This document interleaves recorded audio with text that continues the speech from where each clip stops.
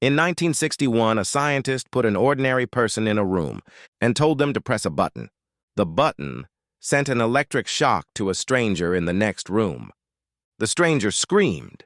The ordinary person pressed it again and again, all the way up to 450 volts, a voltage that can stop a human heart. 65% of people pressed it all the way to the end, not because they were monsters, because someone in a lab coat told them to. In 1961, a psychologist named Stanley Milgram set up an experiment at Yale University. He had just watched the trial of Adolf Eichmann, one of the architects of the Holocaust. Eichmann's defense was simple. He was just following orders.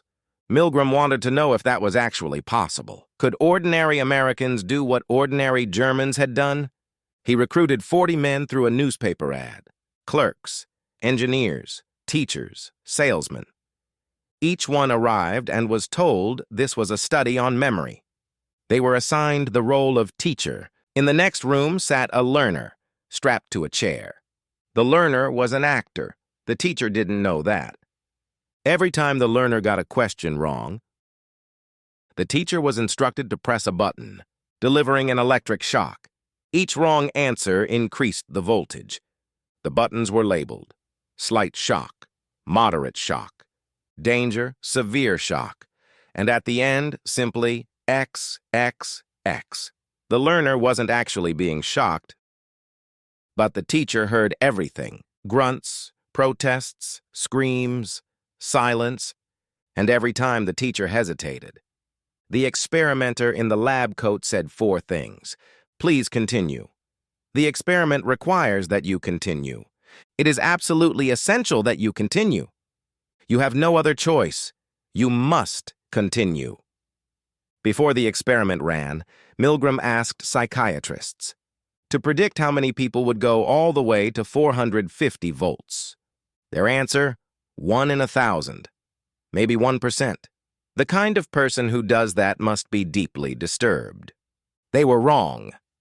In Milgram's original study, 65% of participants pressed the button all the way to the maximum voltage. Every single one of them showed signs of distress, sweating, trembling, laughing nervously. Some begged to stop the experiment, then pressed the button anyway. One participant had a full seizure during the session. Milgram kept running variations, over 1,000 participants across different countries.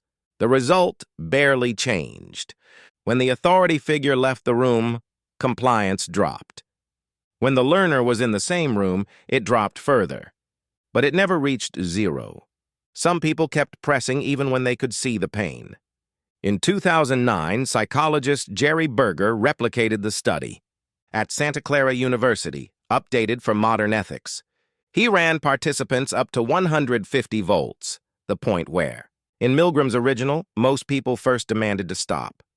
70% of Berger's participants continued past that point. The number hadn't moved in 45 years. Here's what made Milgram's findings so disturbing to the field. It wasn't sadism, it wasn't ideology, it was something much more ordinary. Milgram called it the agentic state. When a person submits to an authority figure, they stop seeing themselves as responsible for their actions. They become, in their own mind, an instrument, not an agent, a tool. The responsibility they feel belongs to the person giving the order. This is not a rare psychological quirk. Milgram argued it is a feature of how humans evolved. Social hierarchies require the ability to follow. Without it, organized society doesn't function.